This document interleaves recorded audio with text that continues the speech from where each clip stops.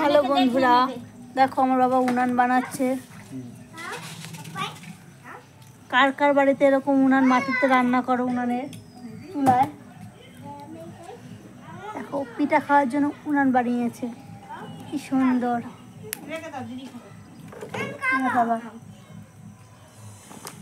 আর যাদের যাদের উনান বানানোর দরকার তাদের নিয়ে যাবো, আমার বাবাকে বানিয়ে দেবে সুন্দর করে। কারা কারা কাদা কাটো তাও আবার কমেন্ট করে জানাবে। আমি তো কাদা কাটতে খুবই ভালোবাসি, উনান তো বানাচ্ছি না, কাদা কাটছি। কি সুন্দর বানিয়েছে, পিঠা খাওয়ার জন্য উনান বানিয়েছে। বেশি কিছু না, একটু চুষি পিঠে হবে, একটু পুলি পিঠে, একটু পাটি সাপটা হবে, একটু চিতল পিঠা হবে, একটু ভাজা পুলি হবে, এই আর কি। সবার লোল পড়ে যাবে। থাক, আর বেশি কিছু বলবো না, টাটা।